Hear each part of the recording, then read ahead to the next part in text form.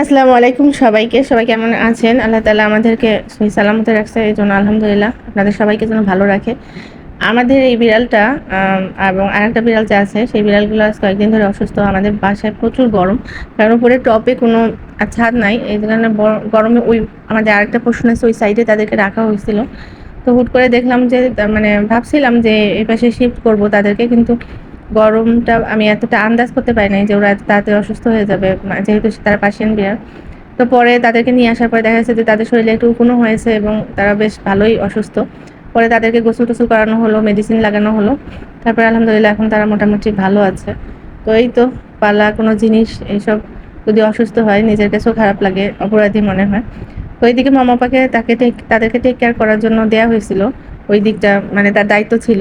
আর এদিকে রমজান মাস, রোজা, ঈদ মানে সব মিলাইয়ে একটু ব্যস্ত হয়ে পড়ছিলাম। ওদেরকে আমি একটু মানে ভালো করে খেয়াল করতে পারিনি। এই কারণে আরো বেশি ওদের টেক কেয়ার জিনিসটা কম হয়েছিল। তো যাই হোক, এখন আলহামদুলিল্লাহ তারা এখন অনেকটা ভালো আছে। আর আজকে হচ্ছে আমি নিজে ছেলেকে মাদ্রাসা থেকে নিয়ে আসার সময় কিছু সবজি কিনে নিয়ে আসছিলাম। যেমন আমার সাজনা বাচ্চা আমার খুব পছন্দ করে। আমার নিজেরও অনেক পছন্দ। আর শসা নিয়ে আসছিলাম, মুরগির মাংস শসা দিয়ে রান্না করছি। আর সাজনা আলু দিয়ে রান্না করেছিলাম। তো এই সবজিটা আমার বাচ্চাদেরকে দিলে মোটামুটি বলা যায় যে আর কোনো কিছুই লাগে না। তারপর মুরগিটা এক্সট্রা রান্না করছি। কারণ মুরগিটা বাচ্চা বড় সবাই খাবে। তো এই আমাদের বিড়ালগুলোর জন্য দোয়া করেন।